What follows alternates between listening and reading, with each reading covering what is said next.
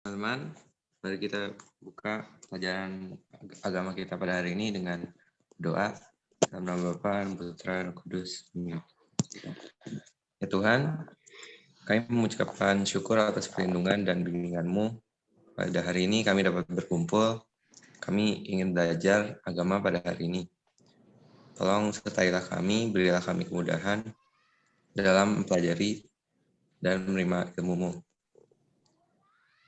Semoga pembelajaran kami hari ini dapat menghasilkan buah yang berguna bagi kami sekarang dan nantinya.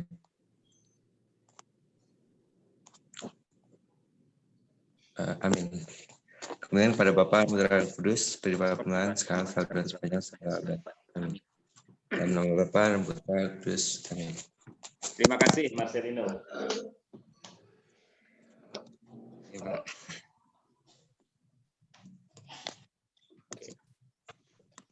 Teman-teman, hari ini sebenarnya kita bicara tentang gereja dan agama lain. Tapi sebenarnya sih itu nyambung dengan materi kemarin tentang toleransi ya.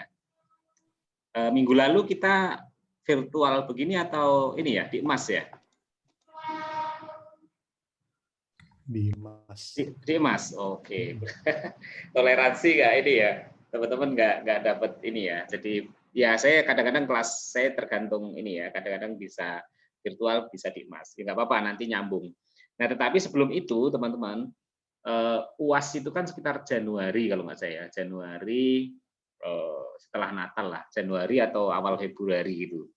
Nah saya pengen sebenarnya teman-teman itu tidak ujian tertulis atau apa atau seperti kemarin. Tetapi saya pengen teman-teman membuat sebuah refleksi dalam sebuah video ya. Tetapi tidak satu orang satu, tetapi satu kelompok sekitar 4 lah ya, 3 atau 4. Kalian pilih mana? 4 atau 3? 4 ya. Biar lebih ringan. Francisco William, pilih berapa? Pilih 3 atau 4? Mungkin lebih baik 4, Pak. Kalau lebih baik 4 ya. Oke. Jadi nanti silahkan, saya nggak mau menentukan siapa-siapa, tapi memang angkatan ini kayak selama PJJ ini saya nggak menunjuk ketua loh ya. Siapa ya yang mau bisa, atau yang dari Magelang tadi? Hanya membagi aja sih. Membagi saja 4-4 itu, kalian diskusi dulu mau pilih sendiri atau dibagi. Biasanya kalau pilih sendiri malah agak ini ya, tapi kalau dibagi acak gitu, diacak aja. Siapa tadi namanya yang dari Magelang tadi? Aku malah enggak. Ya Pak, Michael. Michael Chow. Balma, ini namamu rada aneh. Wong Jawa atau bukan kamu? Iya Pak, orang Jawa. Lah kok Dao Balma itu apa? Dao Balma itu singkatan Pak. Daunya singkatan orang tua, terus Balmanya singkatan Balikpapan Magelang. Wah, kirain orang ini Burma, Myanmar, Dao Balma. Ternyata Balikpapan Magelang, keren. Tapi memang namamu Balma bener ya? Iya. Oke. Kamu bisa atur ya teman-temanmu. Iya. 4-4 mau campur, tapi mendingan gimana ya? Mau campur Fasilkom A sama Fasilkom B nggak apa-apa sih, asalkan nanti dalam deskripsi itu dikasih ini Fasilkom A, Fasilkom B. Karena fungsinya kan supaya saya bisa cepat nyari ini nilainya masuk kemana ya. Jadi tugasnya adalah kalian membuat video singkat, sebuah refleksi video singkat sekitar 2-3 menit. Ini pengganti UAS ya teman-teman. Jadi nanti kalian nggak akan ada UAS, kalian hanya ini tugasnya refleksi tentang Christmas and the time of pandemic ya. Jadi kita itu kan merayakan Natal di tengah-tengah situasi pandemik. Bukan hanya perayaan Natal saja, tetapi dari persiapan, bahkan gereja sekarang itu kan sudah berbeda. Jadi saya pengen teman-teman membuat refleksi bagaimana pandemik ini mengubah juga seharusnya cara-cara kita beragama. Ya. nggak tahu apakah mengubahnya ini permanen, tetapi paling tidak ada segi-segi tertentu yang diubah. Ya, bagi konsep tentang di mana Tuhan, di mana kita harus berdoa, Ekaristi. Nah, terutama ini bagaimana Natal ini kemudian sebuah perayaan yang cukup penting bagi kita. Pentingnya itu bukan perayaan wahnya, tetapi bagaimana kita memaknai kedatangan Tuhan. Nah, ini yang perlu teman-teman refleksikan, ya. Jadi sebenarnya kita ingin memotret Natal di masa pandemi ini, ya. Dari persiapan, katakanlah masa Advent deh. Masa Advent saya jujur kemarin tuh saya lupa kalau Minggu Advent. Jadi oh iya ya, sampai segitunya ya, sampai saya lupa, oh ya, kemarin itu udah Minggu Advent pertama ternyata. Nah, hal-hal demikian kalian coba buat dengan dibungkus dengan refleksi ya, bukan hanya kejadian saja, tapi dibungkus dengan refleksi. Refleksinya dari mana? Dari apa yang teman-teman sudah pelajari selama 1 semester ini. Tentang, saya ingatkan lagi ya, bahwa pengalaman manusia itu sangat-sangat penting dalam mengenal agama dan Tuhan. Jadi kehidupan harian kita itu ya seharusnya menjadi modal bagi kita untuk mengenal siapa Tuhan, untuk memahami Dia, dan juga kehidupan beragama. Semalam itu saya mengupgrade untuk menjadi pembimbing latihan rohani ya. Jadi ya selama ini saya sudah menjadi pembimbing latihan rohani, tetapi kemudian kami mengadakan upgrade lagi dengan Romo Nano. Dia bilang bahwa kalau retretan itu atau kita itu mengenal Tuhan, tetapi kemudian cuek dengan manusia, maka pengenalan terhadap Tuhan itu dipertanyakan. Jadi ketika teman-teman itu kemudian sangat merasa dekat dengan Tuhan, ya, menjadikan Tuhan itu sahabat teman-teman, tetapi dalam kehidupan sehari-hari, teman-teman itu tidak punya sahabat, itu perlu dipertanyakan. Ya. Karena untuk memahami Tuhan yang tidak nampak, itu hanya mungkin ketika kita bisa memahami apa yang nampak. Nah, ini saya kira real ya, teman-teman. Teman-teman bisa kemudian merasakan pengampunan dari Tuhan ketika teman-teman juga bisa mengampuni. Maka kan dalam doa Bapa kami itu sangat jelas, ampunilah orang-orang yang bersalah kepada kami seperti Engkau mengampuni kesalahan kami. Gimana ya? Ampunilah kesalahan kami seperti kami pun mengampuni orang-orang yang bersalah kepada kami. Itu, jadi ada linknya pengalaman dan kehidupan yang transenden Tuhan sendiri. Maka coba teman-teman lihat selama ini masa Natal sampai nanti Januari, apa sih yang ingin kalian sampaikan dalam sebuah video singkat yang tema besarnya itu bahwa Tuhan datang di masa pandemi, ya, Christmas and pandemic time, di dalam pandemi ini. Jadi silahkan, kan kalian bisa kolaborasi nih dari tempat masing-masing, nanti kalian lebih pinter lah untuk membuat sebuah cuplikan video ini. Nanti ini ya info pertama ya, nanti pasti minggu-minggu selanjutnya kita akan diskusikan, kalian juga ini dulu ngobrol-ngobrol dengan teman-teman masing-masing, dan kemudian tentukan alurnya bagaimana. Kalau mau ditanyakan silahkan tanyakan. Jadi saya nggak akan ada UAS dalam arti tertulis. Saya ingin teman-teman mengerjakan proyek ini. Sembari juga kan tuntutan UI itu kan harus ada kolaborasi ya. Jadi ada pembelajaran kolaborasi. Nah, saya masukkan pembelajaran kolaborasi ini dalam proyek akhir ini. Nggak usah panjang-panjang, jadi panjangnya itu sekitar 2,5 sampai 3 menit lah video itu. Kalau itu sudah cukup panjang sih menurut saya untuk melakukan refleksi. Begitu. Nah, apakah ada contohnya? Belum, karena semester lalu saya nggak pernah mengadakan ini karena kan beda ini ya, beda kondisi. Biasanya semester lalu saya meminta teman-teman itu untuk datang ke umat. Jadi ada pertemuan Advent, teman-teman datang, terus kemudian melakukan wawancara, melakukan pengamatan dan sebagainya, terus kemudian membuat refleksi dulu ya. Tapi sekarang kan nggak mungkin, nggak ada, belum diperbolehkan untuk pertemuan Advent dan sebagainya. Maka teman-teman silahkan memotret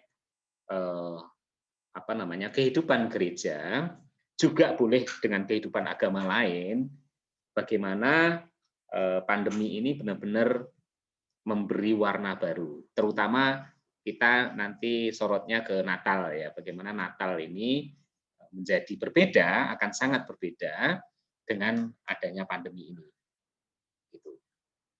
Kalau saya ditanya ininya kemana Pak arahnya, ya nggak tahu juga, saya nggak tahu juga. Jadi teman-teman feel free untuk berkreativitas. Terus kemudian yang saya pengen lihat adalah kemampuan teman-teman merefleksikan ya, merefleksikan dengan dasar apa yang sudah kita pelajari selama ini. Tidak terlalu kaku juga harus masuk semua, enggak. Teman-teman boleh mengambil satu tema yang ini cocok. Contohnya kemarin toleransi ya, terus hari ini tentang bagaimana pandangan gereja terhadap agama-agama lain. Sejauh ini teman-teman paham? Atau ada yang keberatan nih? Ada keberatan nggak apa-apa, saya masih terbuka kalau teman-teman cukup sulit, saat ini cukup sulit ya untuk melakukan. Tapi saya kira enggak lah, Fasilkom apalagi ya, kalian menguasai teknologi komputer, teknologi jaringan dan sebagainya. Hanya kalian mungkin nggak menguasai ini ya, seni.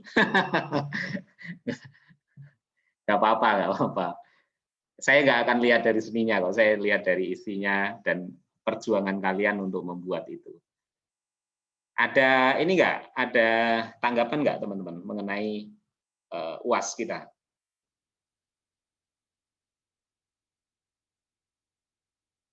Farel, ada tanggapan Farel? Oke Pak, saya sih nggak ada keberatan. Oke. Aman. Ya. Siapa ini? Bagas. Iya. Ian Pak, Ian. Oh Ian, iya ini dua-duanya hidup nih. Ian dulu. Sorry ya. Ian dulu. Menurut saya sih, ini opini pribadi ya Pak ya. Ya. Kalau saya sih, saya merasa lebih diberatkan buat video daripada dengan adanya yang biasa. Soalnya ya nggak apa sih, itu pendapat saya. Ya. Mungkin beberapa bisa berpendapat lain. Ya nggak apa-apa Ian. Tapi kan nanti kamu kelompok bukan sendiri toh. Kamu berempat loh. Jadi kalau kamu saatnya contoh nih, Ian sama sekali nggak tahu tentang video, pasti kan 3 teman yang lain bisa. Dan saya teman-teman tidak tidak menuntut kalian itu sebagai sineografer ya, sineas ya, tidak ya. Tetapi supaya ini menjadi nanti kenangan loh. Supaya benar-benar kalian itu ini tercatat.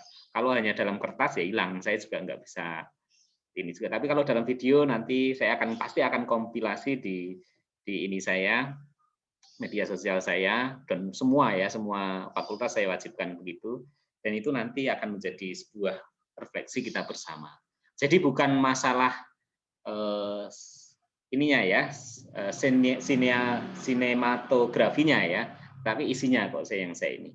Dan sekarang banyak banget itu aplikasi yang sangat mudah untuk membuat itu. Gitu. Ya Ian ya, sementara iya. itu dulu. Saya mungkin mau tanya sedikit detail Pak. Jadi itu kayak tadi kan Bapak bilang kayak lebih memperlihatkan bagaimana kita merayakan Natal di tengah pandemi kan ya Pak ya. Itu apakah kita harus ngevideo, kan misalnya kita berempat gitu ya Pak ya.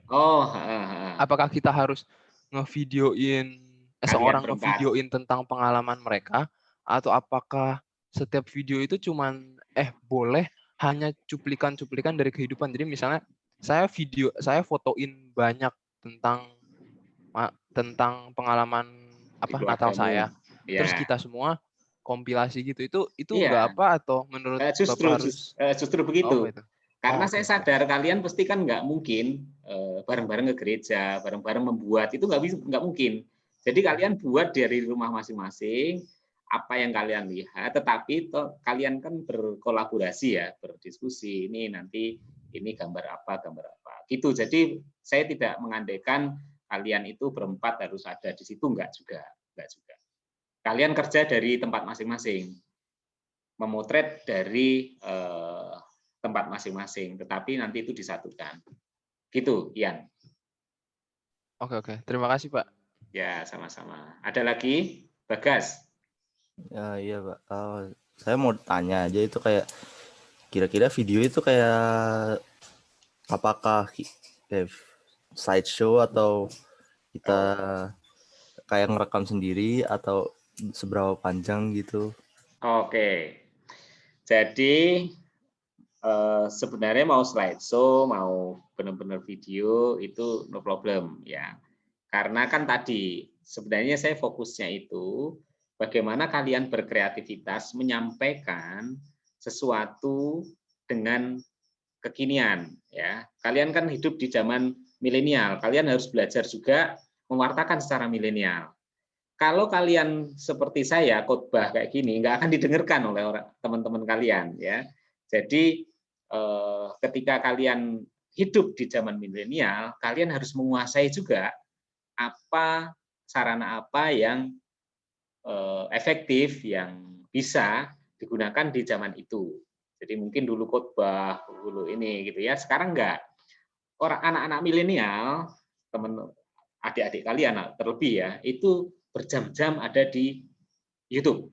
Ya, berjam-jam ada di YouTube. Dan katakanlah gereja nggak masuk di situ, kalian nggak masuk ke situ, terus bagaimana? Gereja nggak akan dikenal. Ya. Nah, teknisnya apakah itu nanti slideshow, no problem, silahkan berkreasi. Seperti biasa saya nggak terlalu membatasi teman-teman itu harus begini, tapi yang penting teman-teman tahu bahwa intinya apa sih, itu teman-teman merefleksikan bagaimana pandemi ini itu benar-benar berpengaruh ke segala sendi kehidupan, termasuk dalam kehidupan beragama, ya, dalam kehidupan bahkan mungkin ya dalam cara memandang Tuhan. Ya, contoh kalau dalam kita itu kan bagaimana kemudian ekaristi itu menjadi ekaristi batin itu. Kan kita nggak akan menduga ya. Dulu saya nggak menduga loh ada ekaristi batin. Ada ekaristi batin itu baru saya juga sadar, oh iya ya ada ekaristi batin ternyata ya. Padahal selama ini juga saya ketika pulang kampung itu nggak selalu ada misa, tetapi istilah ekaristi batin itu nggak ada. Tapi dengan pandemi ini kita sadar, dan mungkin kita malah justru nyaman di dalam ekaristi batin, nggak pernah ke gereja lagi, merasa bahwa dengan ekaristi online kita udah sah, ya mungkin. Nah itu hal-hal kayak gitu, itu kan bisa menjadi refleksi kalian. Terus kemudian nanti ketika Natal ini tentu kalian merefleksikan makna kehadiran Tuhan itu apa sih, ya, dan bagaimana itu bisa kita rasakan. Apakah contoh nih gereja-gereja itu masih melakukan kegiatan-kegiatan sosial, melakukan kegiatan yang sebelum pandemi ada. Kalau seandainya melakukan, bentuknya bagaimana? Contoh ya, ini saya hanya memberi ini. Atau kalian memotret dalam keluarga kalian. Apakah masih, katakanlah dalam pandemi ini, biarkan aja ya, keluarga kalian biarkan aja, kalian hanya mengawati. Yang tadinya pasang pohon Natal ini. Nah, apakah dengan adanya pandemi ini masih pasang atau enggak, kayak gitu. Hal-hal sederhana saja, teman-teman. Terus kemudian apakah kemudian keluarga teman-teman itu punya kegiatan khusus di hari Natal, terutama di masa pandemi. Kalau saya sendiri, apakah saya kan karena perantau ya, apakah saya pulang kampung? Kalau pulang kampung bagaimana gitu ya? Terus pertimbangannya apa? Seperti itu. Gitu. Paham nggak, Bagas? Paham, Pak. Ya. Ada lagi teman-teman? Pagi, Pak. Ya, Bintang. Saya ingin bertanya, Pak. Itu tadi kan Bapak katakan kalau misalnya pembuatan videonya itu 2,5 sampai dengan 3 menit. Nah, 2,5 sampai 3 menit itu buat satu kelompok mahasiswa atau mahasiswa ya, Pak? Oh, satu kelompok mahasiswa. Jadi, satu kelompok ya, bukan satu mahasiswa ya. Satu kelompok ya, Pak. Satu kelompok udah mahasiswa ya. Jadi saya itu terima udah jadi loh, bukan 9 terus saya suruh ngeramu sendiri enggak. Tapi kalian kelompok katakanlah kelompok 1 itu udah jadi. Ini hasil kelompok 1 siapa aja. Nanti kan ada ininya ya. Kalian buat satu kelompok 2,5 sampai dengan 3 menit ya, Pak ya. Ya, 2,5-3 menit. Itu sebenarnya cukup panjang sih kalau untuk ini. Film pendek sebenarnya itu kan sekitar berapa? 7 menitan ya, 7 itu bisa. Tapi kalau ini kan bukan film pendek. Iklan itu kan hanya 15 sampai 30 detik ya. Ya lama-lama 1 menit lah iklan. Udah lama loh iklannya. Nah, ini 2,5 sampai 3 ya. Kalian boleh ini. Oke, baik. Terima kasih ya, Pak. Sama-sama. Terus kalian kalau mau diseragamkan ininya formatnya ke MP4 aja ya supaya gampang di-share juga. Ada lagi teman-teman?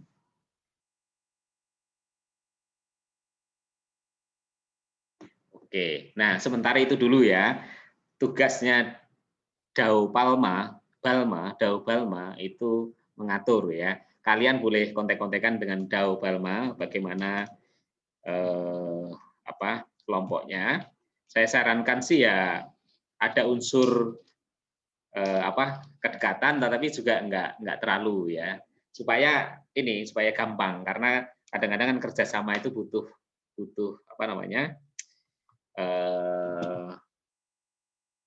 kedekatan ya, butuh kenal ya. Nah, tapi kan kalian ini selama ini belum pernah ketemu juga, jadi ya sama aja sih sebenarnya.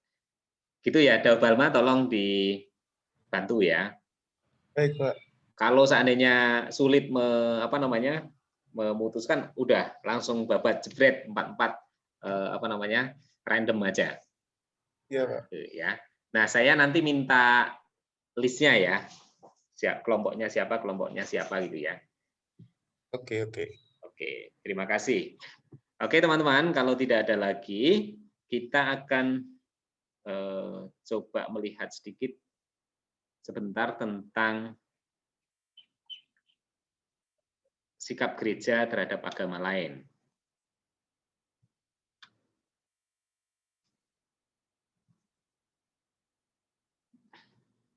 Oke, nah minggu lalu kita itu bicara tentang toleransi, teman-teman. Saya hanya mau menggarisbawahi sikap toleransi itu bukan sikap yang kemudian menyamakan semua agama, ya. Ingat, toleransi itu bukan menyamakan semua agama, bahwa sama saja, Islam, Kristen, Hindu, Buddha itu sama saja. Tidak. Sikap toleransi adalah justru kita harus kokoh pada akar agama kita. Kita harus punya fanatisme, ya, bukan fanatisme yang berlebihan, tetapi fanatisme yang cukup. Ya. Fanatisme itu apa? Bahwa agama saya benar, saya yakin dalam agama saya benar, dan yang lain saya tidak tahu, tetapi saya yakin, saya punya kepastian yang jelas bahwa dalam agama saya memperoleh kebenaran. Ya. Itu yang harus dipegang, bukan kemudian Islam, Kristen, Hindu, Buddha itu sama aja kok. Kalau itu malah justru nggak toleran, teman-teman. Ya, yang toleran itu ketika saya yakin agama saya benar, bisa membawa saya pada kehidupan abadi, norma-normanya juga jelas, bagus, dan kemudian tidak ada kesalahan di sana. Tetapi ketika memandang agama lain, ada kehadiran agama lain, saya menghormati agama lain itu. Ya, saya menghormati keyakinan itu dan orang yang meyakini itu sebagai orang yang seperti saya meyakini agama saya. Itu ya. Jadi jelas ya teman-teman. Toleransi itu kan artinya toleran itu mengangkat, mendukung, membiarkan, sabar terhadap. Ya. Ketika mereka punya cara berdoa, punya tradisi yang berbeda, punya hukum-hukum yang berbeda, terus kemudian dogma-dogma yang berbeda, saya menghormati itu di ranah mereka. Jadi saya membiarkan mereka bertumbuh, saya membiarkan atau saya mendukung juga supaya mereka dapat beragama dengan baik. Nah, itu sikap yang harus kita bangun. Jadi jelas ya, saya kokoh dalam agama saya, tetapi saya juga menghormati, mendukung, dalam arti membiarkan dan sabar kalau mereka punya sesuatu yang rasanya kok nggak cocok dengan saya. Itu toleransi. Maka kalau ditanya apakah toleransi akan menggerus keimanan kita, seharusnya tidak. Seharusnya tidak. Karena yang tadi pengandaiannya adalah saya sudah kokoh dengan agama saya. Saya dengan kokoh, saya sudah mengakar, sudah mendalam dengan iman saya. Maka yang dibutuhkan adalah kedalaman iman dari teman-teman, ya. Kedalaman spiritual dari teman-teman, kedalaman hidup beragama dari teman-teman dalam gereja Katolik. Baru teman-teman bisa akan toleran. Karena ditakutkan di Indonesia itu orang Katolik itu sebenarnya tidak toleran, tetapi karena tidak berani, kan beda ya. Kalau karena kita minoritas, kemudian merasa kemudian saya toleran kok, saya membiarkan. Nah, mereka mayoritas soalnya.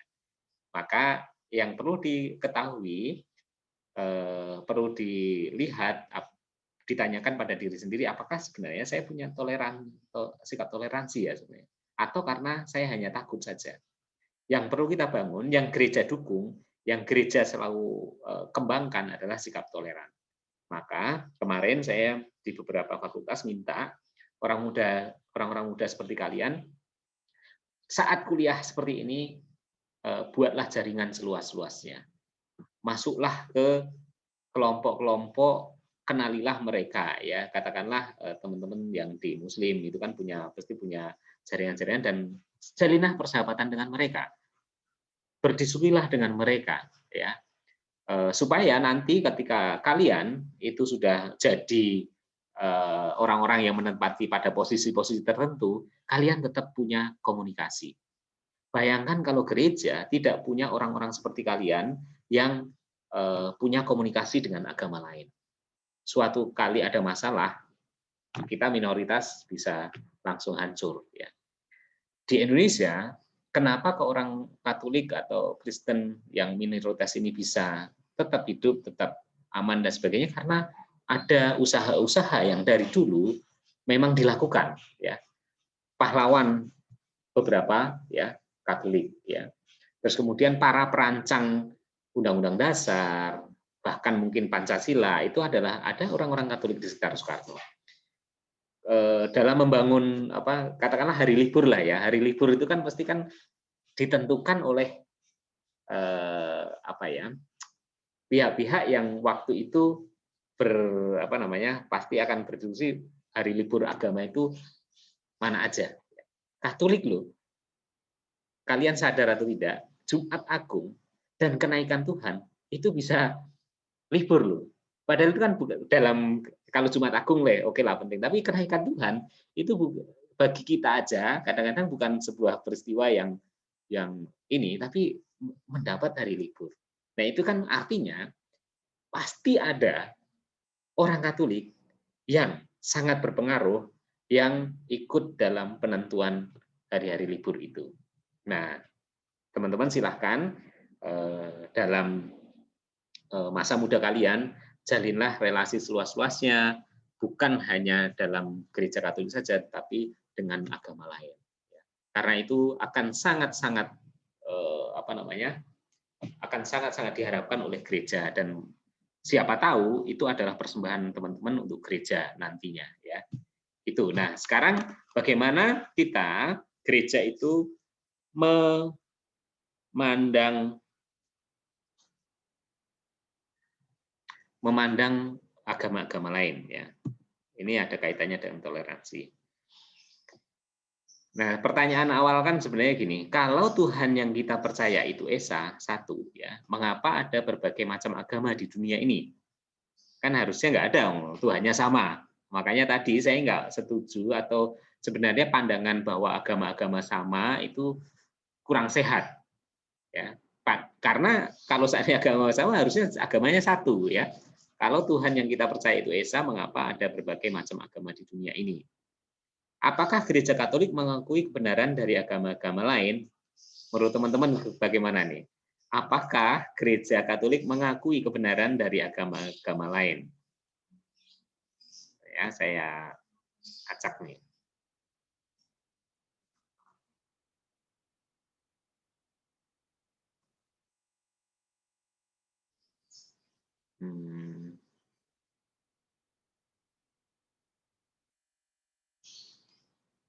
Natania Kalista.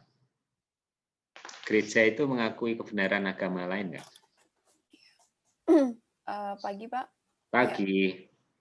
Ya, jadi pasti tentu saja gereja pasti mengakui kebenaran agama lain juga kan, karena kan kurang lebih kan ajaran mereka kan sama. Pasti ya mereka juga percaya bahwa Tuhan itu satu. Mungkin untuk beberapa agama ada yang tidak berlaku juga ya, karena kan ada beberapa agama yang memiliki beberapa mereka percaya kepada beberapa dewa. Beberapa dewa bersamaan kan, dan dan intinya sih sama aja sih, bukan sama juga ya, maksudnya kurang lebih intinya kan tetap sama kan itu. Yang beda kan mungkin dari cara mereka melakukannya aja, dan budaya-budaya yang terkaitnya gitu. Jadi makanya kan tiap agama kan kelihatannya tuh beda gitu. Itu sih kalau dari saya. Jadi kalau ditanya dari pernyataanmu itu apa tadi ya? Ini gereja sebenarnya salah nggak sih? Kan sebenarnya Yesus itu kan bersabda itu bahwa akulah satu-satunya jalan kebenaran. Hanya melalui aku orang sampai pada Bapa. Ya kan? Pernah dengar ya sabda itu ya? Benar. Nah, tapi kenapa kok kemudian gereja itu mengakui ada kebenaran di agama lain? Kira-kira gimana? Padahal Yesus sendiri mengatakan, akulah jalan kebenaran. Hanya melalui aku, orang sampai pada Bapa. Tetapi kok gereja mengakui ya, bahwa berarti ada jalan lain dong. Kan kemarin bukannya kalau nggak salah ada yang prinsip di mana keselamatan itu kan nggak cuman dari percaya pada Tuhan saja kan, percaya pada Yesus saja kan, tapi kita juga harus mengakui bahwa kalau misalnya untuk agama yang lain tuh mereka bisa mendapatkan keselamatan dengan cara yang mereka sesuai dengan agama mereka sendiri gitu. Oke. Jadi mungkin kalau untuk yang kalau menurut saya sendiri ini kan karena kebetulan kita kan beragama Katolik, jadi kita harus mengikuti apa yang Yesus telah bersabda gitu. Itu sih dari aku. Iya. Oke. Ada tanggapan lain teman-teman? Terima kasih ya Kalista ya. Iya, makasih Pak. Sama-sama Pak. Nanti kita tambah nih dengan pendapat teman-teman kalian yang lain. Gimana ini? Menurut kalian, biasanya kalian senang loh mendiskusikan hal-hal kayak gitu. Yesus kan bersabda nih, bahwa akulah jalan kebenaran. Hanya melalui aku, kamu akan sampai pada Bapa. Tetapi ini kita jelas-jelas bahwa kemarin ya ada atau itu yang bahwa gereja itu mengakui kebenaran agama-agama lain, di mana artinya sebenarnya mereka ada jalan juga menuju Bapa. Ada yang punya pendapat?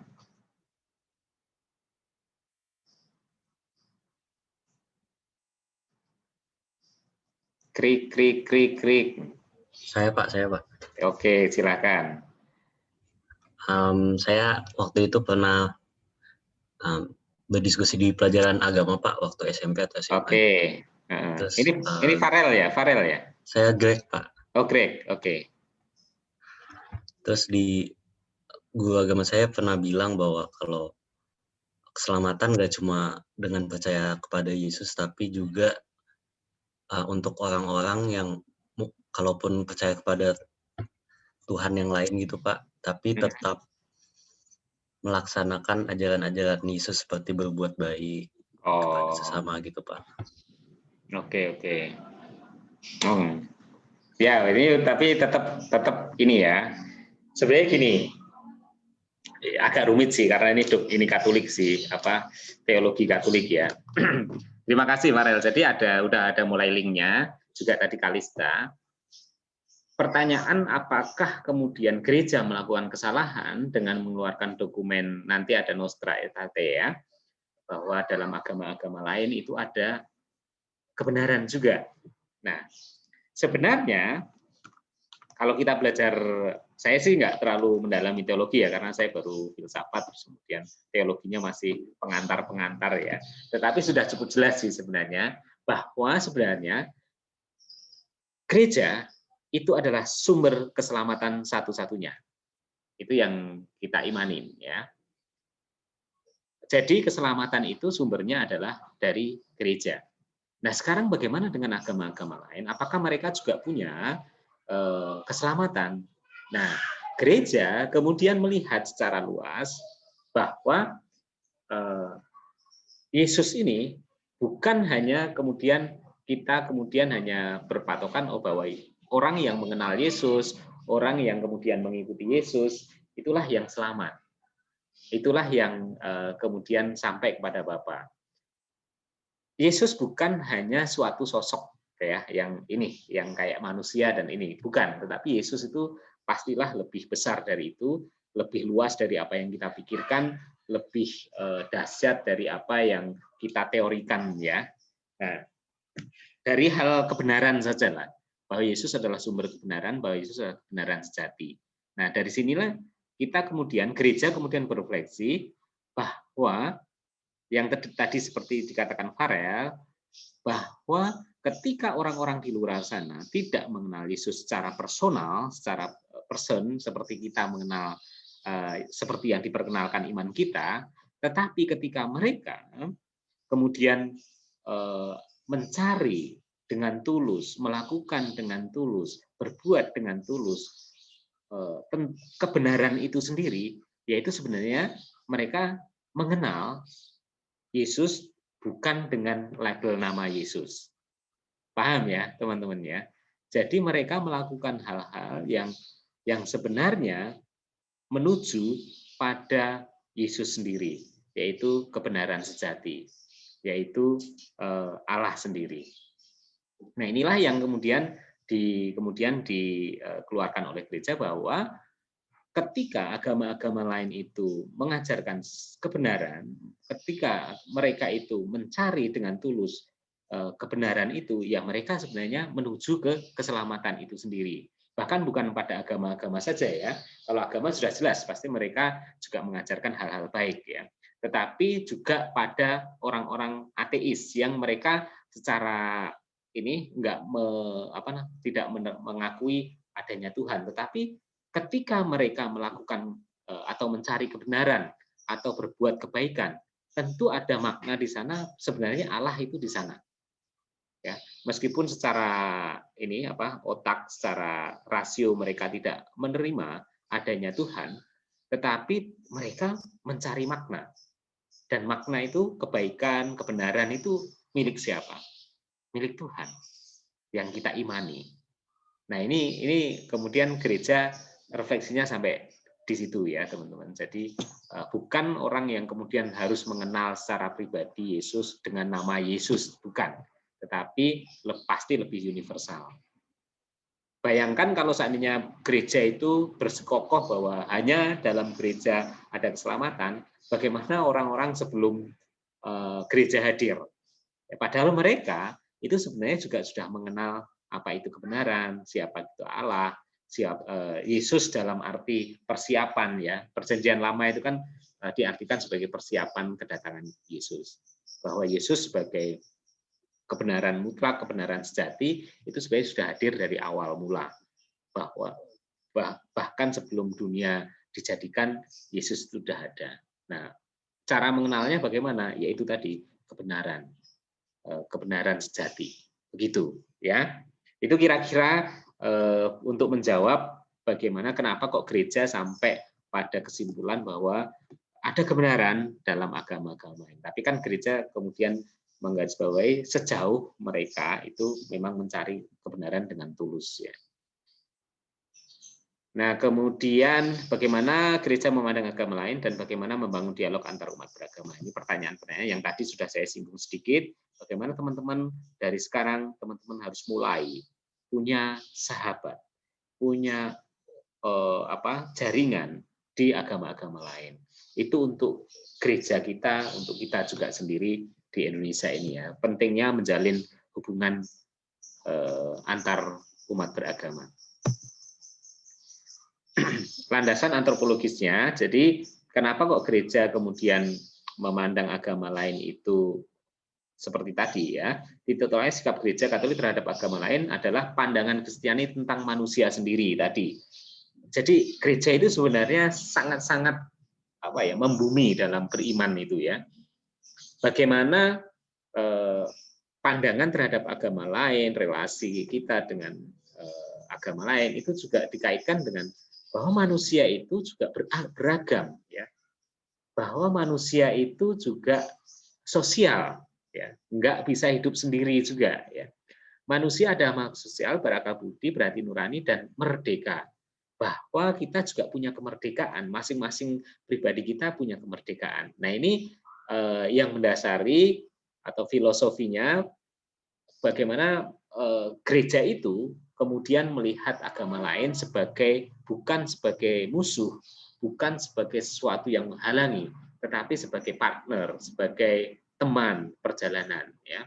Manusia adalah gambaran Allah sendiri. Nah, apalagi kemudian gereja masuk dalam refleksi teologis ini bahwa manusia itu adalah gambaran Allah sendiri, citra Allah sendiri. Maka manusia-manusia yang ada dalam agama-agama lain itu adalah juga gambaran Allah sendiri. Makanya kita nggak mungkin memusnahkan mereka, menghilangkan mereka, atau kemudian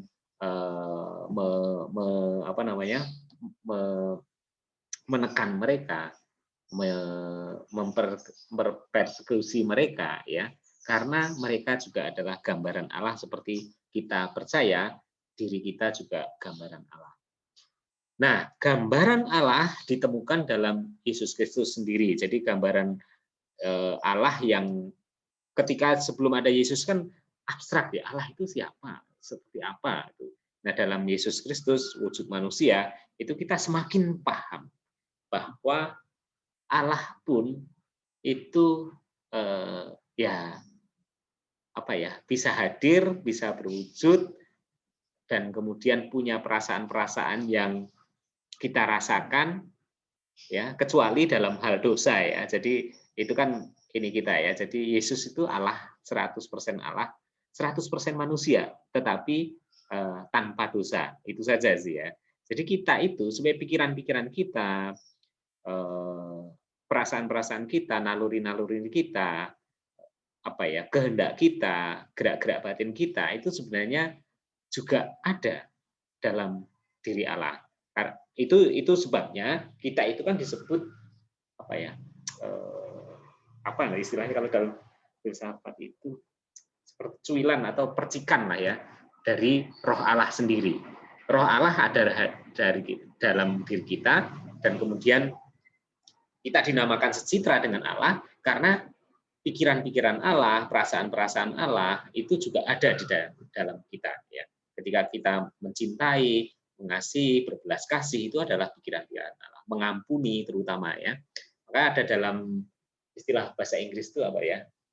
Berbuat salah itu ke manusia, tetapi mengampuni itu adalah ilahi. Saya lupa bahasa Inggrisnya, bahasa Inggris agak kuno itu ya.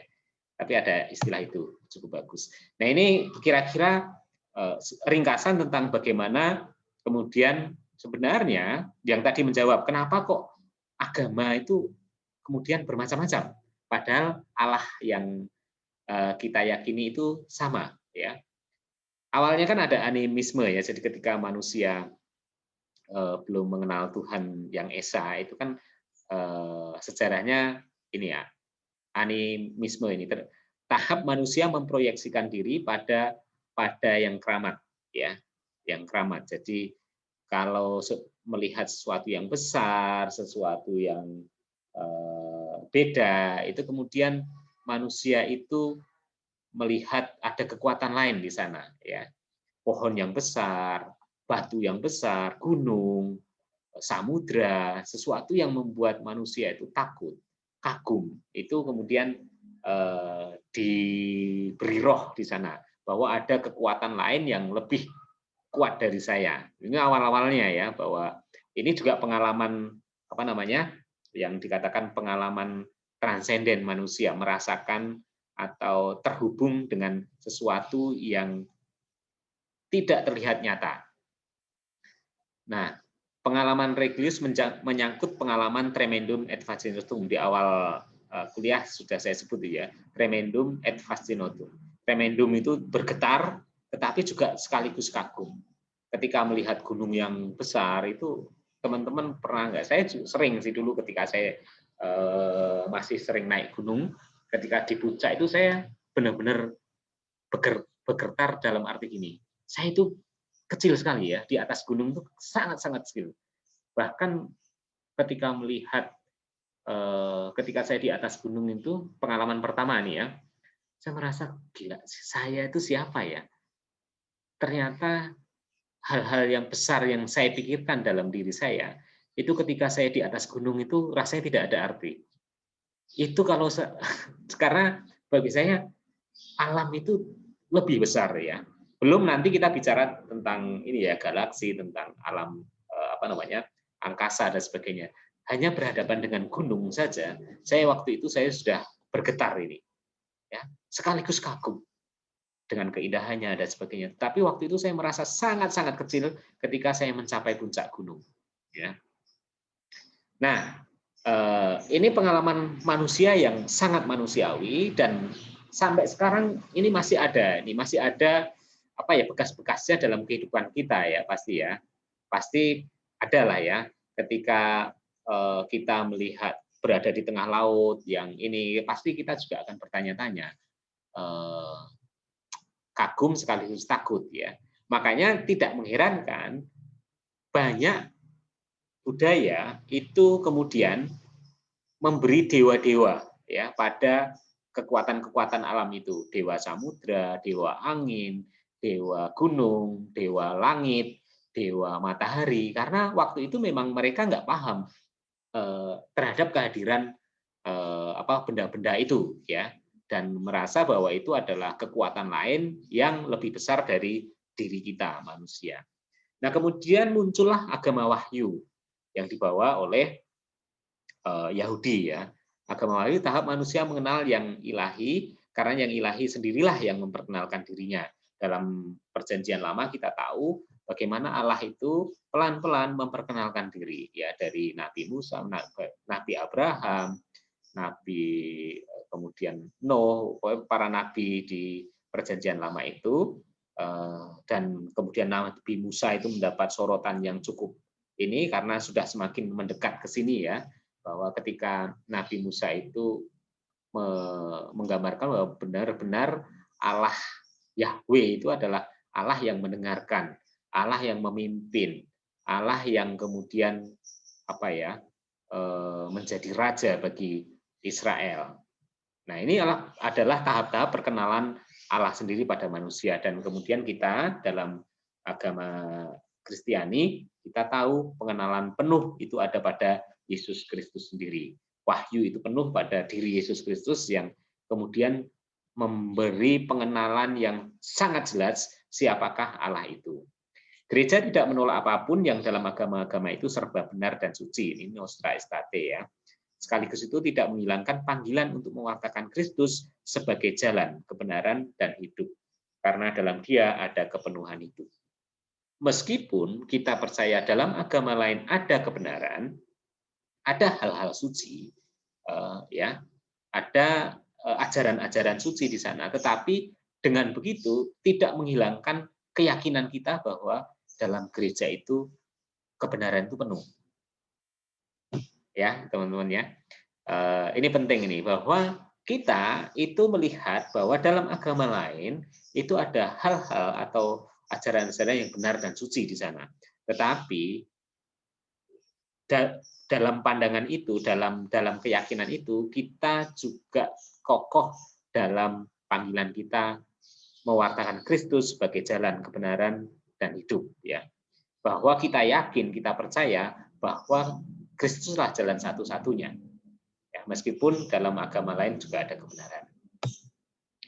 Nah, ini nostra aetate teksnya begini. Gereja Katolik tidak menolak apapun yang dalam agama-agama itu serba benar dan suci. Kan dalam masing-masing agama ada ya. Contoh kitab suci, itu kan dianggap memang suci dari agama masing-masing. Kita juga tidak menolak bahwa kitab suci masing-masing agama itu suci adanya, mengajarkan sesuatu yang benar dan sebagainya ya.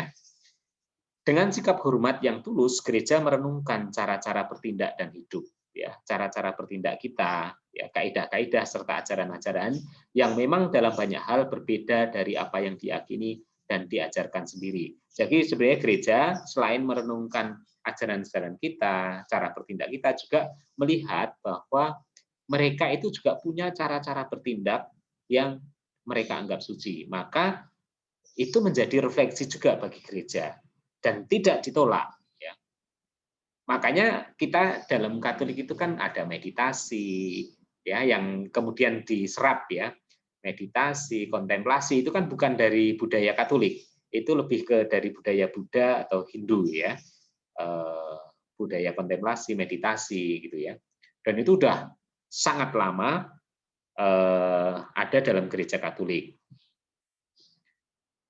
Atau mengucapkan salam, terus bersalaman dan sebagainya ya, macam-macamnya. Tetapi tidak jarang toh memantulkan sinar kebenaran yang menerangi semua orang.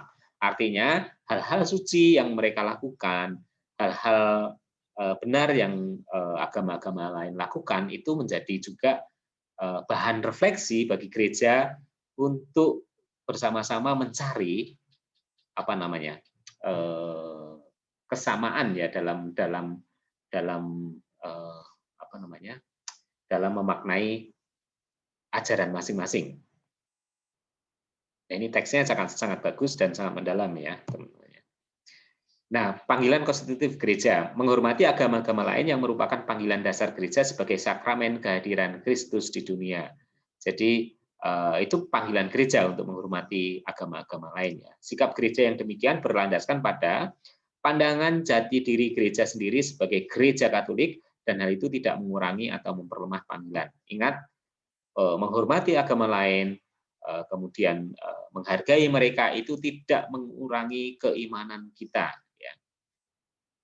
Tidak juga kemudian mengalihkan fokus kita bahwa kita itu mewartakan Kristus. Tapi dalam minggu lalu, mewartakan Kristus dengan wajar ya. Artinya apa? Sesuai dengan zaman. Yang tadi saya juga pengen lakukan ke teman-teman kalian. Teman-teman adalah ketika Anda hidup di dunia milenial, kemudian pewartaan yang wajar bagi kalian adalah bukan kemudian berkhotbah, berkuar-kuar di jalan dan sebagainya, tetapi juga kalian masuk dalam dunia milenial itu. Pewartaannya apa? Melalui apa yang wajar. Dengan video, dengan update status, dengan kemudian apa ya macam-macam lah ya yang teman-teman milenial lakukan, masuklah ke sana. Masuk melalui pintu mereka, tetapi keluar dari pintu kita. Ya. Pintu kita apa? Yaitu iman kita. Nah, ini LG nomor 2 ya, Lumen Gentium nomor 2. Itulah satu-satunya gereja Kristus Katolik ya, yang dalam syahadat iman kita akui sebagai gereja yang satu, kudus, Katolik, dan Apostolik. Gereja itu yang di dunia ini disusun dan diatur sebagai suatu masyarakat berada dalam gereja Katolik yang dipimpin oleh pengganti Petrus dan para uskup dalam persekutuan dengannya, walaupun di luar persekutuan itu pun terdapat banyak unsur pengudusan, ya, selain di luar gereja ada banyak unsur pengudusan dan kebenaran yang merupakan kurnia-kurnia khas bagi gereja Kristus dan mendorong ke arah kesatuan Katolik. Maka dari teks ini kita lihat bahwa kita yakin kita itu adalah satu-satunya gereja Kristus yang dalam syahadat iman kita diakui ya. Kita mengakui kita itu satu, kudus, Katolik, dan Apostolik. Tapi di luar itu ada hal-hal lain, ya, yaitu banyak unsur pengudusan. Ya, mereka punya cara-cara pengudusan yang kita juga tidak menolak, tidak kemudian tidak meniadakan mereka, tidak, tapi kita menghormati, mendukung mereka, karena itu juga kurnia-kurnia khas yang bagi gereja kita, bagi gereja Kristus, itu juga bisa mendorong ke arah kesatuan kita sebagai orang Katolik. Nah, ini di zaman kita umat manusia makin hari makin disatukan, makin erat dan hubungan. Nah, ini bagaimana melihat dunia ya di Nostra Aetate nomor 1. Dengan perhatian lebih besar, gereja mempertimbangkan bagaimana sikapnya terhadap agama-agama bukan Kristiani. Dalam tugasnya memupuk kesatuan dan kasih di antara orang-orang, ia memperhatikan terutama apa yang bersama bagi mereka dan membawa kepada persatuan timbal balik. Adanya ada kerjasama ya timbal balik ya. Karena semua bangsa merupakan satu komunitas. Nah ini ya keyakinan gereja ini. Pandangan gereja terhadap bangsa manusia. Semua bangsa merupakan satu komunitas, maka mereka mempunyai satu asal-usul yang sama. Ya, pasti dari Allah ya, sebab Allah memberikan kepada umat manusia seluruh bumi untuk dihuni. Maka sebenarnya meskipun berbeda-beda agama, berbeda-beda keyakinan, berbeda karakter, tetapi gereja memandang luas, lebih general bahwa ya pastilah keragaman itu berasal dari satu. Pastilah Allah yang satu itu menciptakan dunia ini untuk sesuatu yang Dia maksudkan, untuk dihuni bersama. Enggak mungkin kita akan menghilangkan satu sama yang lainnya. Kalau seandainya sudah Allah sudah mau kita berbeda-beda, ya pasti dari awal kita berada pada bumi yang berbeda-beda juga. Nah ini bagaimana sikap terhadap agama-agama lain ya. Sebenarnya hanya teks-teks saja yang intinya sebenarnya sama seperti tadi, bahwa kita sangat menghormati, bahkan juga mengakui bahwa dalam agama-agama lain itu ada kebenaran, ada hal-hal suci ya. Namun rencana keselamatan juga merangkum mereka yang mengakui Sang Pencipta. Ya, jadi kalau katakanlah dengan Muslim ya, di antara mereka terdapat terutama kaum Muslimin yang menyatakan bahwa mereka berpegang pada Imam Abraham. Apalagi ini ya, 3 agama Abrahamis ini ya, Yahudi, Kristen, dan Islam ini. Dan bersama kita bersujud menyembah Allah yang tunggal dan Maha Rahim yang akan menghakimi manusia pada akhir zaman atau hari kiamat. Islam percaya juga ada kiamat, kita apalagi kita ya. Penyelenggaraan ilahi juga tidak menolak memberi bantuan yang diperlukan untuk keselamatan kepada mereka yang tanpa bersama belum sampai pada pengetahuan yang jelas. Maka kita menganggap mungkin agama-agama lain itu belum memiliki pengetahuan yang jelas tentang Allah. Namun berkat rahmat ilahi berusaha menempuh hidup yang benar. Nah, mereka punya usaha-usaha untuk menempuh hidup yang benar ini, meskipun Allah yang benar itu mungkin mereka masih belum terlalu ya. Kalau kita yakin bahwa dalam pribadi Yesus itu kita punya kejelasan, kebenaran, dan kepastian. Tapi mungkin dalam kalamnya masih samar-samar. Tapi paling tidak gereja percaya bahwa mereka juga menempuh jalan-jalan untuk mencari yang benar itu tadi. Ya. Sebab apapun yang baik dan benar yang terdapat pada mereka, oleh gereja dipandang sebagai persiapan Injil dan sebagai kurnia Dia yang menerangi setiap orang supaya akhirnya memperoleh kehidupan. Ini teman-teman, kalau kita mempelajari teks-teks dokumen gereja itu sebenarnya sangat dalam, sangat bagus, dan benar-benar memberi peneguhan bagi kita, ya. Nah, maka teman-teman kalau sempat ya silahkan ya baca-baca, selain membaca kitab suci boleh membaca dokumen-dokumen gereja ini, karena itu sudah dirumuskan dengan sangat bagus oleh para bapak-bapak gereja kita. Nah, ini tetapi hubungannya dengan Muslim itu kan ada beberapa luka ya. Dalam sejarah gereja terlibat dalam masa kelam, berhadapan dengan kesatuan kekuatan Islam, khususnya dalam perang salib itu kan benar-benar itu menghabiskan energi, menghabiskan banyak-banyak berpuluh-puluh tahun ya, beratus-ratus tahun perang salib. Bagaimana gereja menghayati misi kasih dengan luka sejarah itu ya. Jujur mengakui ya, tetapi pada masa Yohanes Paulus kedua sekitar tahun berapa ya? Saya ingat kok itu saya pas SMA Yohanes Paulus itu kemudian atau enggak deh, jauh sebelumnya deh. Yohanes Paulus itu atau pas SMA ya. Karena dia benar-benar menyatakan permintaan maaf atas kekejaman gereja di zaman pertengahan ya. Jadi itu luar biasa itu. Gereja mau mengakui dan kemudian mau minta maaf ya. Untuk itu Yohanes Paulus minta maaf atas penyimpangan gereja dalam sejarahnya. Kalian boleh cek lah tahun berapa itu Yohanes Paulus II. Yohanes Paulus II itu sangat dekat kok, nggak tahu kalian udah lahir atau belum, tapi saya mengalami ini Yohanes Paulus II ini. Bunda Teresa, Yohanes Paulus II itu saya mengalami. Karena kan mereka baru meninggal tahun 2000-an kalau nggak salah ya. Tahun 2000 Mother Teresa itu kalau nggak salah 2005. Paulus II dulu atau Mother Teresa ya, mereka itu berdekatan meninggalnya. Nah, ini 4 ranah dialog yang bisa kita lakukan ya, dialog kehidupan, perhatian, sikap hormat, dan keterbukaan terhadap umat beragama lain dalam hidup sehari-hari ya, di lingkungan, di komplek, di university ya, dialog karya, kerjasama karya kemanusiaan. Nah, ini gereja banyak melakukan ya.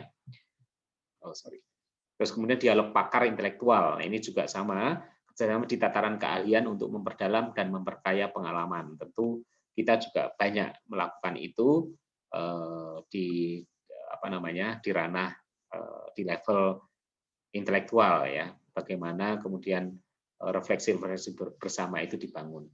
Dialog pengalaman religius, berbagi pengalaman dari tradisi agama masing-masing. Nah, ini biasanya dilakukan oleh teman-teman yang para relawan itu ya untuk keragaman. Dulu saya di kampus sering ikut itu untuk menjalin kerjasama dengan banyak agama. Kita mengunjungi banyak rumah-rumah ibadat, terus kemudian berdiskusi di situ. Ya, tentu karena kami dulu filsafat cukup menarik ya, karena dilihat dari sisi filosofisnya.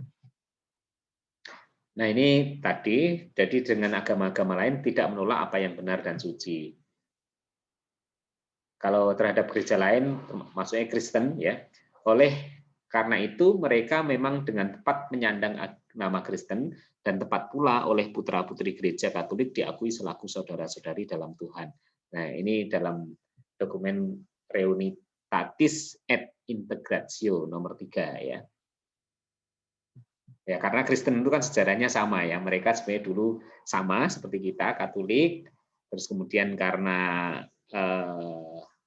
ya waktu itu zaman pertengahan ya, mereka protes dengan Martin Luther tuh tahun berapa itu 1517 ya. Dipimpin oleh Martin Luther. Martin Luther itu seorang imam Katolik juga, imam yang sangat cerdas. Dan kemudian lahirlah Kristen Protestan itu.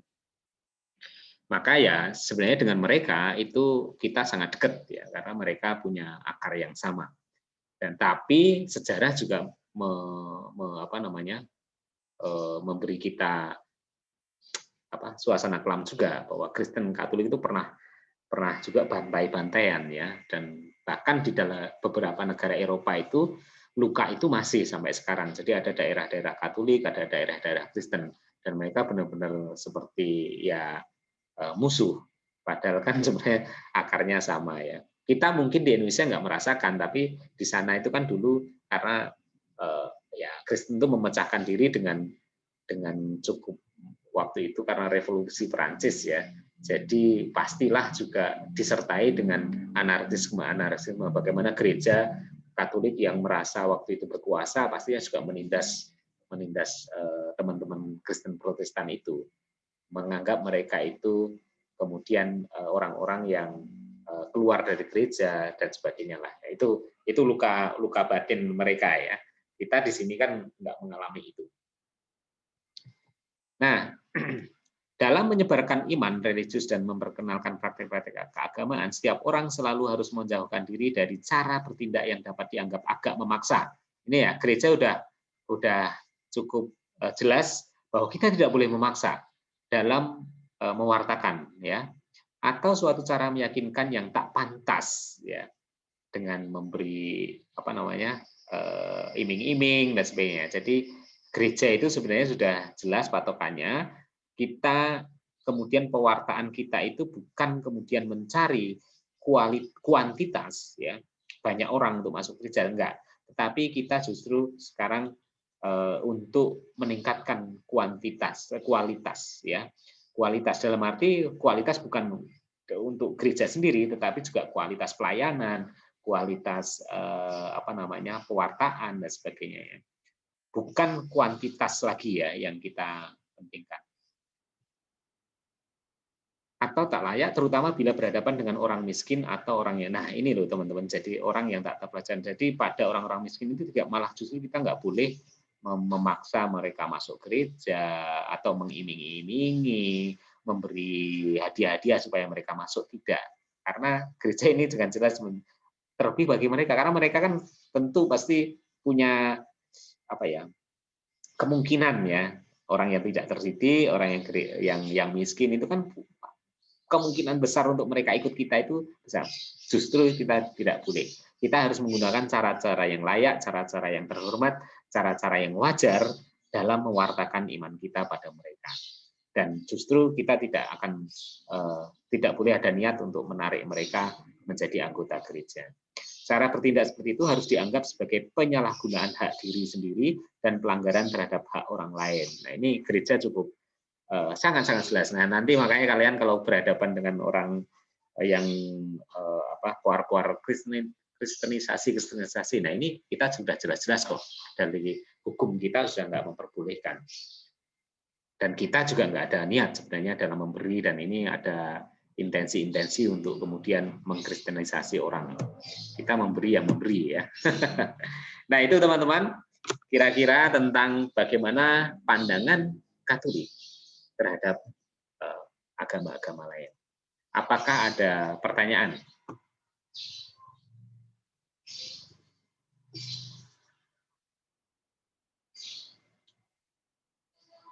Ada pertanyaan, teman-teman? Kalau tidak ada, saya absen dulu ya.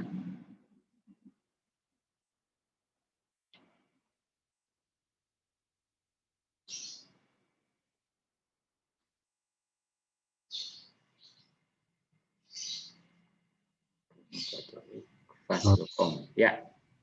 Izin bertanya, Pak. Boleh. Sebenarnya itu gereja, saya ingin tahu apa pandangan gereja terhadap nabi-nabi yang muncul setelah Yesus sendiri, Pak. Seperti pada contoh, misalnya Nabi Muhammad atau Siddhartha Gautama sendiri itu, apa pandangan gereja sebenarnya terhadap mereka gitu, Pak? Apakah gereja sendiri mengakui atau tidak?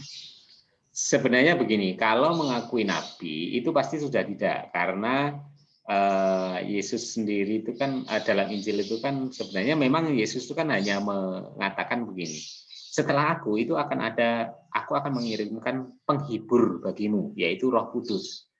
Itu sih. Jadi kalau seandainya nabi ya, kalau Katolik sudah nggak ada. Jadi nabi yang terakhir siapa? Menurut kamu nabi yang terakhir siapa? Yang diakui atau? Yang diakui oleh Katolik. Yesus sendiri, Pak. Ya bukan, Yesus kok nabi loh kamu itu. Emang Yesus nabi? Menurut kamu Yesus nabi? Bukan. Yesus itu putra Allah. Malah nabi. Nggak apa-apa. Yesus bukan nabi. Siapa bilang Yesus nabi? Yesus putra Allah, jadi bukan nabi. Siapa nabi terakhir yang dikatakan nabi ya, dalam arti nabi dalam Gereja Katolik? Ada nggak yang tahu? Yohanes Pembaptis bukan sih, Pak? Yohanes Pembaptis.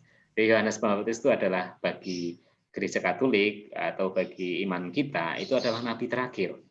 Setelah itu nggak ada, karena nabi dalam arti pengertian nabi dalam agama waktu itu ya. Nah, tapi kalau sekarang nabi-nabi sekarang ya pasti ada. Nabi itu kan orang yang kemudian mewartakan Allah, kemudian kriteria nabi itu ya sekarang sudah nggak ada sih, karena itu konsep dulu sih ya. Sekarang itu kan lebih pada tokoh-tokoh yang kemudian sangat berpengaruh di dunia ini. Kalau kita lihat, kalau seandainya dalam Gereja Katolik itu kan sekarang Santo Santa itu kan semacam sama kayak fungsinya dengan nabi ya. Dalam pewartaan mereka yang kemudian universal, meskipun Santo Santa itu enggak juga seperti nabi, enggak. Nah, bagaimana pandangan terhadap nabi-nabi lain? Gereja tidak menyebut, karena memang sudah bukan ininya ya, sudah bukan ranahnya juga. Apakah gereja sekarang mengakui Muhammad itu sebagai nabi? Ya, tidak ada kepentingan juga, ya, tidak ada kepentingan. Apakah, nah, yang kepentingannya adalah begini kan sebenarnya, apakah kemudian Gereja Katolik itu menerima ajaran-ajaran suci yang mereka ajarkan? Nah, kalau itu baru, ya, gereja mengakui kok bahwa yang diajarkan Muhammad, Siddhartha, dan yang lain-lain itu adalah ada unsur-unsur sucinya. Nah, apakah gereja mengakui mereka sebagai nabi? Nggak ada kepentingannya. Jadi nggak akan juga kemudian nggak penting juga menyatakan bahwa Katolik mengakui Nabi Muhammad sebagai nabi utusan Allah. Nggak ada kepentingannya. Begitu. Terima kasih, Pak. Nah, jadi secara ajaran Samuel itu ya tadi gereja mengakui hal-hal suci yang ada di luar gereja juga. Begitu. Nah, kalau saat ini ya memang udah ditutup. Ya, kita hadir ratusan tahun sebelum mereka kok. Nggak mungkin loh kita memasukkan Nabi Muhammad dalam kitab kita, nggak mungkin. Karena Islam itu kan lahir 500 tahun setelah kita lahir. 500 tahun bukan sesuatu yang pendek ya. 10 tahun, 20 tahun masih oke lah, masih bisa agak dimepet-mepetkan. 500 tahun udah. Banyak 500 tahun yang lalu. Nah, kalau Siddhartha itu kan sebenarnya kan lama. Dia tahun berapa sih Siddhartha itu? Malah justru Siddhartha itu mungkin malah lebih dulu ya. Dengan Kristenitas duluan mana sih? Kayaknya malah atau sama ya itu ya. Buddha itu. Nah, tapi ya begitu. Jadi ketika apakah Katolik mengakui itu ya ketika karena memang tidak tersinggung dalam sejarah kita ya nggak ada kepentingan sih. Ada lagi teman-teman? Kalau tidak ada saya absen dulu ya. Kalau ada silakan. Komputer. Kita absen yang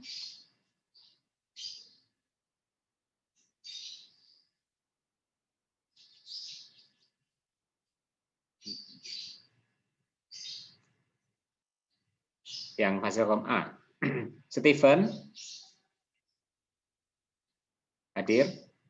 Halo Stephen, hadir ya. Aldi? Hadir, Pak. Olivia Monica? Hadir, Pak. Nikita, Jesse? Belum hadir. Pedro Pascalo? Pedro hadir, Pak. Hadir ya.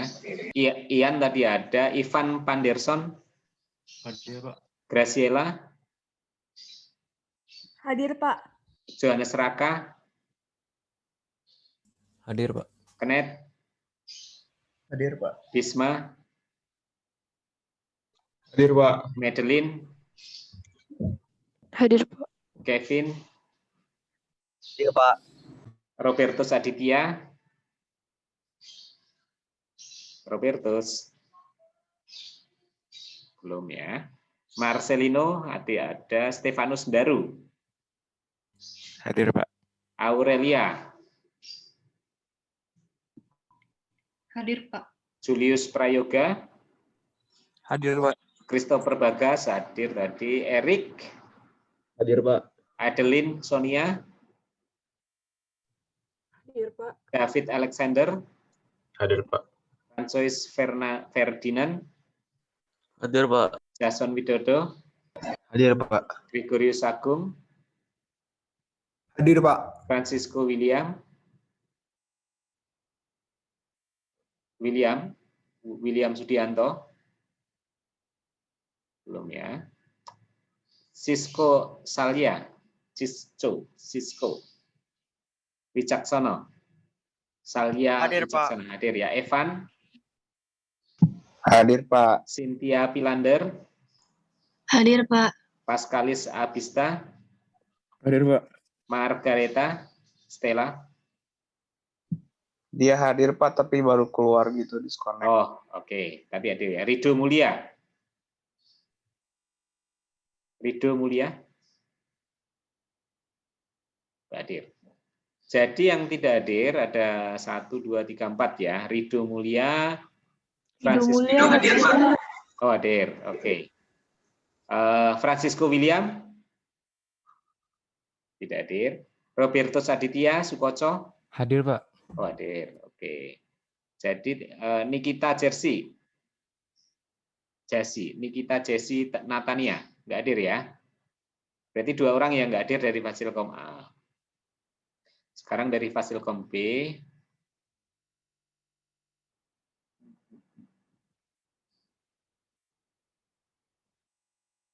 Bentar, Fasilkom B. Ada 35 orang.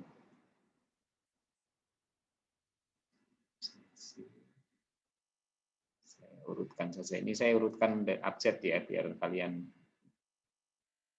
jam 8. Oke, Antonius Anggito.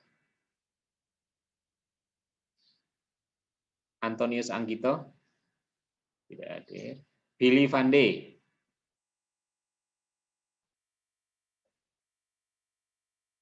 Halo. Masih dengar suara saya enggak? Sebentar ini siapa? Masih, Pak. Oke ya.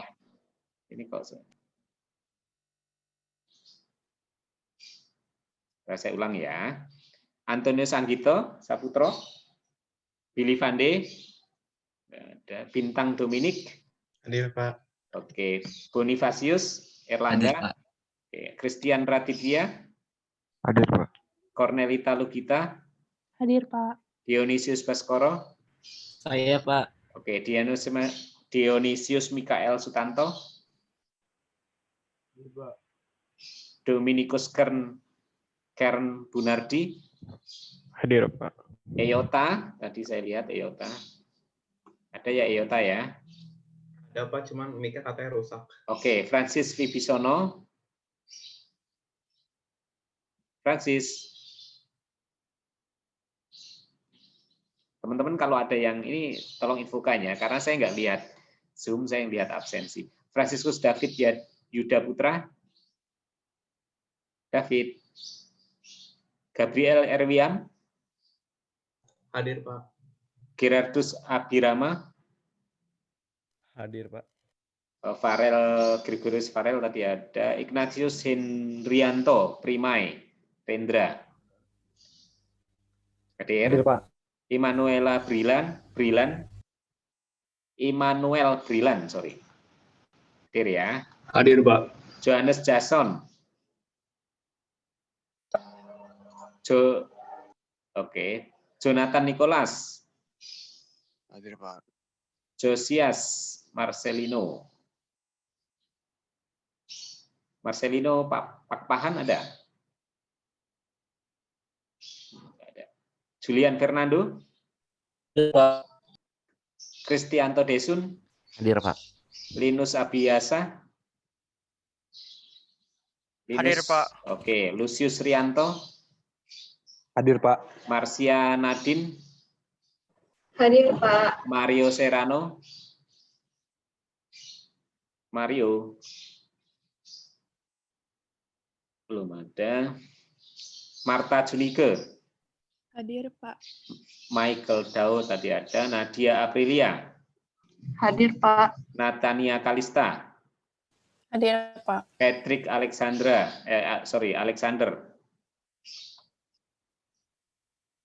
Patrick? Hadir, Pak, katanya. Oke, Rajendra Daniel? Hadir, Pak. Samuel? Hadir, Pak. Theophanus Gary? Hadir, Pak. Ya. Valentino Herdian? Valentino? Hadir. Oke, coba teman-teman cek ya. Ini kok cukup banyak yang nggak hadir. Yang nggak hadir 16 ya. Coba saya cek ya. Ini yang saya sebutkan yang tadi nggak jawab. Antonius Anggito Ari Saputro. Nggak ada. Vande Yohanes. Billy Vande Yohanes. Tidak ada juga. Francis Wibisono. Francis. Nggak ada juga. Franciscus. Katanya Francis internetnya error, Pak. Ada yang bilang. Tapi tadi hadir nggak? Nggak tahu deh, Pak. Katanya ya internetnya error gitu. Oh ya udah, nanti suruh ini info ke saya aja. Tapi ini saya anggap belum hadir ya. Franciscus David Yuda Putra. David nggak hadir juga. Marcelino Pakpahan.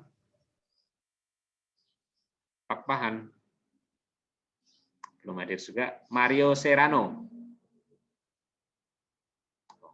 Berarti benar ya, 1, 2, 3, 4, 5, 6. Kecuali Francis Wibisono tadi, nanti suruh menghubungi saya aja. Pak, maaf. Ya. Tadi yang di Fasiokom A, yang atas nama Francisco William Sudianto, saya hadir, Pak. Cuman tadi pas dari absen itu saya nggak bisa gerakin Zoom-nya kayak gitu. Jadi saya nggak bisa unmute, nggak bisa ngechat juga. Oke. Siapa namanya? Francisco William Sudianto, Pak. Oke, sebentar ya. Saya cek Francisco. Di Fasilkom A ya? Iya, Pak. Fasilkom A. Daftar kehadiran. Nikit. Oh ya ya. Oke, saya ini ya. Saya udah hadir ya. Jadi yang A itu cuma Jesse ya. Nikita Jesse yang nggak hadir. Makasih, Pak. Ya, oke, sama-sama. Oke teman-teman, sebentar ini Patrick. Oh, Patrick ulang tahun ya. Selamat ulang tahun ya, Patrick ya. Berlimpah tahun, Patrick. Ya, selamat ulang tahun bagi Patrick. Patrick. Oke. Happy birthday. Mana kuenya gitu ya. Oke teman-teman, kita tutup kelas kita pada pagi hari ini sambil kita berdoa khusus untuk Patrick yang berulang tahun. Dalam nama Bapa dan Putra dan Roh Kudus. Amin. Tuhan, terima kasih atas kasih dan berkat-Mu yang senantiasa berlimpah bagi hidup kami. Sampai saat ini Engkau memberikan kesehatan bagi kami, juga keluarga kami. Engkau memberkati kami, melindungi kami dari segala mara bahaya, terutama Tuhan, berilah perlindungan kepada kami dan keluarga kami di masa pandemi ini. Tuhan, pagi ini kami telah belajar tentang pandangan gereja terhadap agama lain. Kiranya Engkau Tuhan mendidik hati kami, iman kami, supaya kami semakin hari semakin dapat menemukan inti dari iman kami, terlebih pada penghormatan kami terhadap agama-agama lain. Bantulah kami supaya semakin hari kami semakin rukun bersatu padu sebagai bangsa Indonesia. Hari ini Tuhan kami berdoa untuk teman kami Patrick yang berulang tahun. Engkau memberikan berkat berlimpah dalam hidupnya, kesuksesan dalam setiap langkah studinya, langkah karirnya nanti, dan Engkau memberikan kesehatan serta kesejahteraan baginya. Kemuliaan kepada Bapa dan Putra dan Roh Kudus, seperti pada permulaan, sekarang, selalu, dan sepanjang segala abad. Amin. Dalam nama Bapa dan Putra dan Roh Kudus. Amin. Baik, terima kasih teman-teman. Untuk kelas hari ini, ingat ya, proyek kita untuk UAS silahkan dipersiapkan. Jadi belum langsung dikerjakan, tapi silahkan dipersiapkan dari sekarang konsepnya, isinya, kontennya, terus refleksinya bagaimana. Loh, ini sakit nih si siapa? Patrick. Kok GWS Patrick? Oke teman-teman, gitu ya kelas ini. Terima kasih. Apa ini?